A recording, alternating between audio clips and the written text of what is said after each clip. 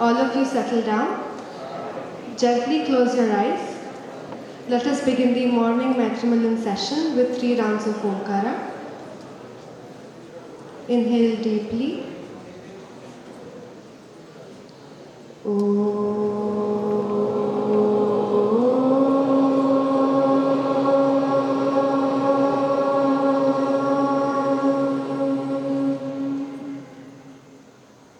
Inhale deeply.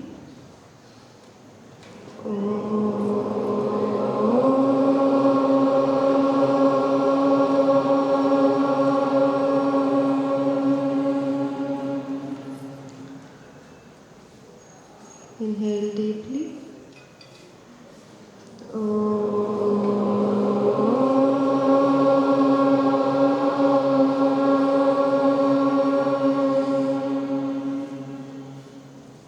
Opening prayer.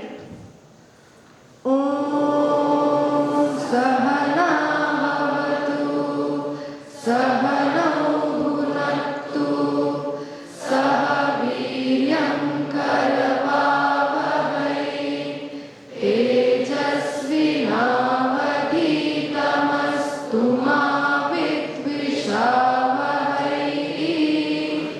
Om Shanti Shanti Shanti. Yoga Ganapati Moola Mantra.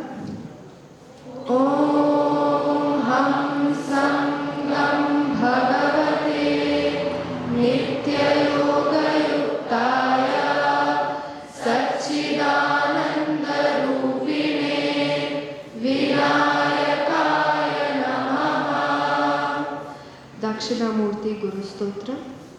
Ishvaro Gururatmeti Murti Bheda Vibhagine Vyomavat Vyapta Dehaya Dakshinamurtaye Namaha. Vivekananda Prarthana. Namah Shri Yatirajaya Vivekananda Suraye Satchit Sukha Swarupaya Swamine Tapaharine Swamine Tapaharine. Samarasya prayer for harmony from Rigveda. Om Sankachadvam Sambadadvam Sambho Manansi Janatam Deva Bhagay Yatha Purve Sanjanana Upasate Samano Mantra Samiti Samani Samanam Manassaha Chittamesha Samanam Mantram Abhimantrayevaha Samanena Havisha Juhomi Samaniva Akutihi Samana Hridayani Vaha Samanamastu Omanaha Yatha Vastu Sahasati. Panchangam Adyatana Panchangam Panchavinshatyadhika Ekashatottara Panchasahasratama Kaliyugabdaha Shri Shobhakrat Nama Samvatsaraha Uttarayanam Grishma Rutuhu Jyeshtha Masaha Shukla Pakshaha Saptami Tithi Makha Nakshatram Vyaghata Yogaha Vanika Karanam Mandavasaraha. Today's date 27th May 2023 Saturday. Titheshcha Shriyamapnoti Varadayushya Vardhanam Nakshatra Dharate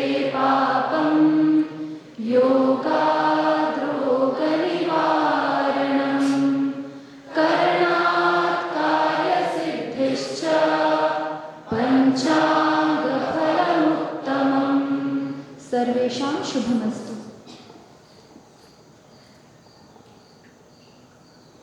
Shloka from Gita. Shri Bhagavanuvacha Bhuya eva mahabaho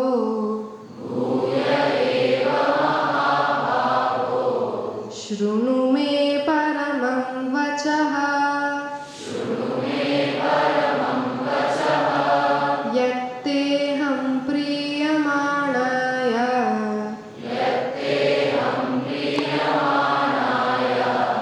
Vakshyami hitakamyaya.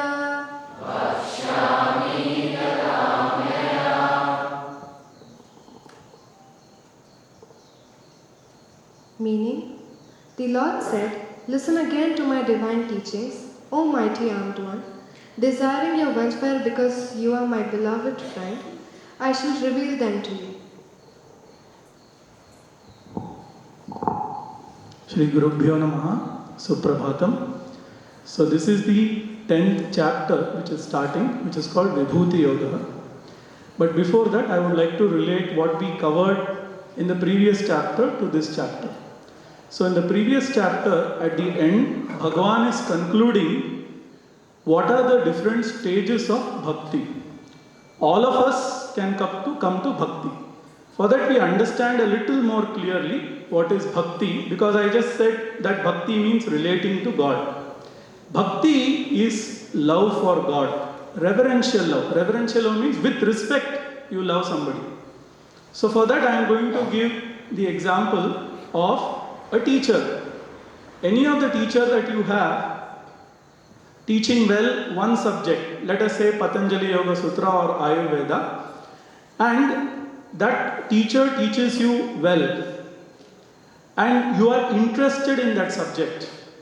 So you slowly start developing a liking for the subject and the teacher who is teaching you the subject, and you have respect for the teacher. So to relate to the teacher, I have to know the teacher, and I also have a goal. What is the goal? In Patanjali Yoga Sutra, I should score well, good marks, and I should understand. Primarily understand well and then score good marks. That is incidental. So this is what we have. That is what yesterday Bhagavan also said in the conclusion, that first be my devotee. Means what? Relate to me. Anyone can relate to me. So all of us, how do we relate initially? All of you know now, because exams are going on. I want good marks. So I saw that nobody usually is staying long in the temple, but that day everybody was sitting in the temple asking for possibly. That is fine. Everybody starts. Even when I was studying mathematics, I was very weak at mathematics. I went to Bhagavan whenever maths papers came and I said, okay, let me at least pass mathematics. So this happens. So first you go and relate to Bhagavan. How are you relating? It is default. That is our culture. That everything that is given to us is by Bhagavan. Therefore, if you want something, you go to Bhagavan for help. This is the initial understanding of Bhagavan. So Mat Bhaktaha, he had said. Then slowly you start seeing the temporariness of everything that you are having. And now your goal, you start outgrowing whatever you require. Not that you are completely giving away. You are outgrowing. If it is there, fine. Not there, it is fine. But now you have a higher goal. What is the higher goal? I want to understand God more. Like the professor has given you Patanjali Yoga Sutra lessons. Fine. But he must be knowing a lot more about yoga. As your interest in yoga develops, you start finding out more about the professor, and it is not just limited to that one subject.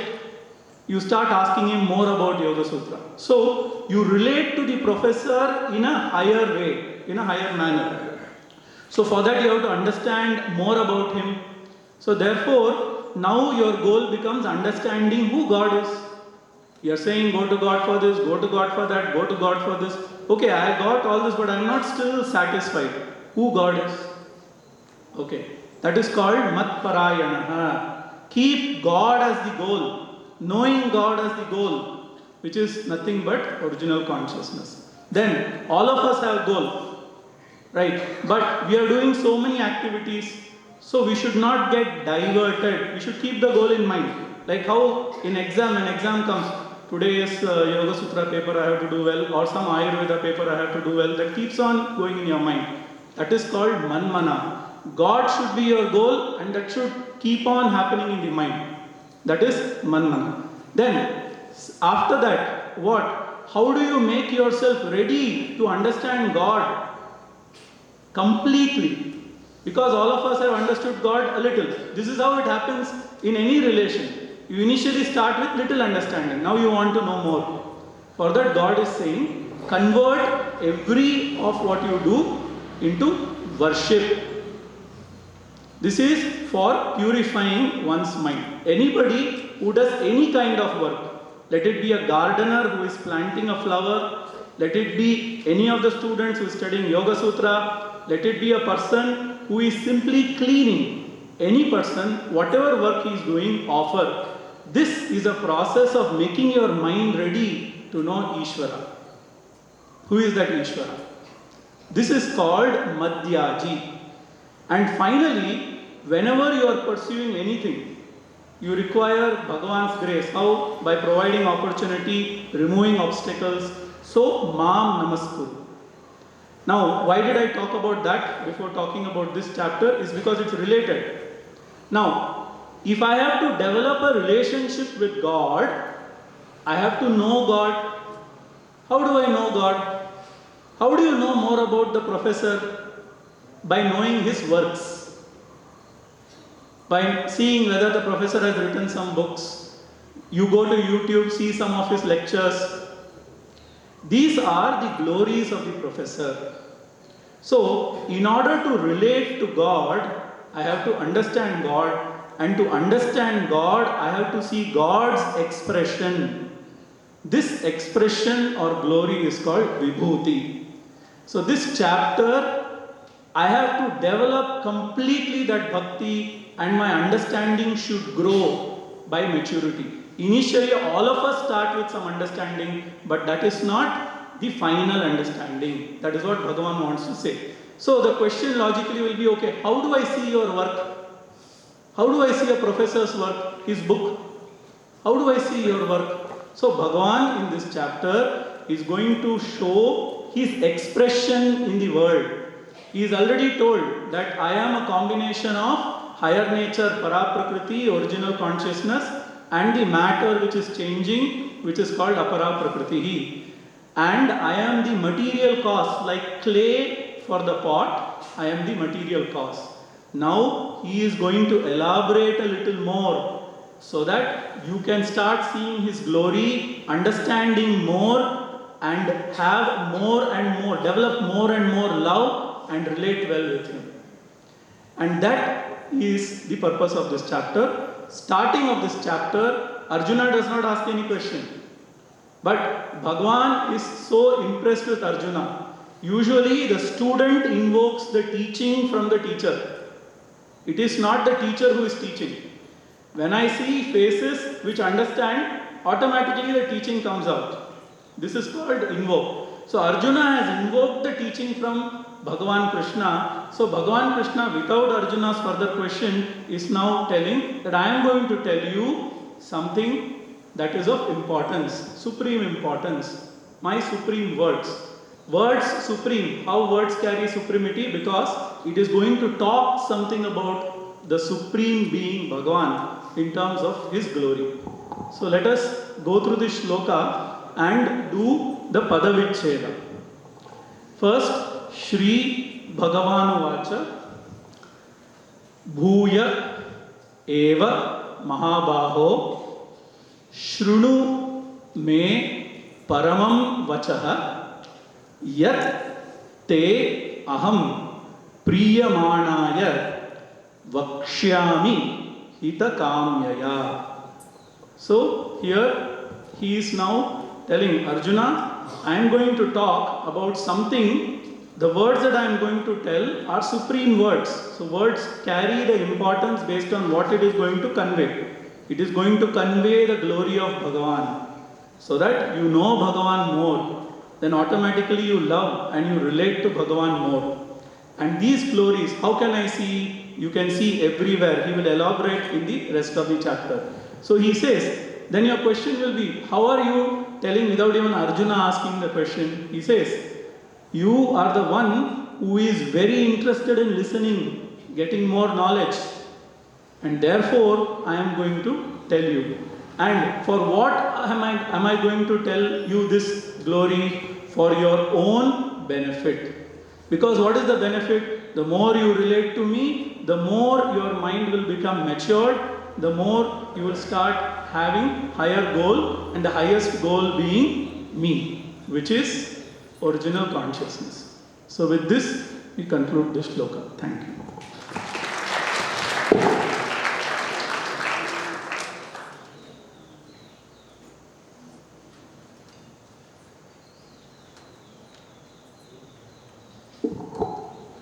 Let us end the session with Shanti Mantra.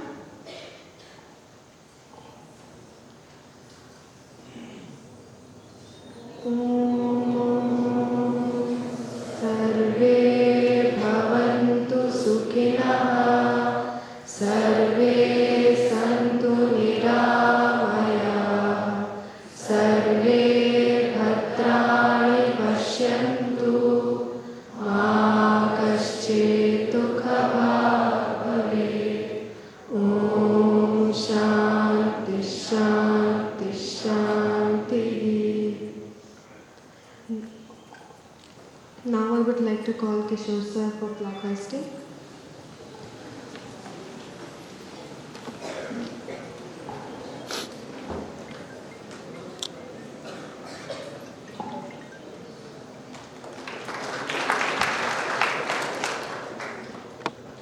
Janagana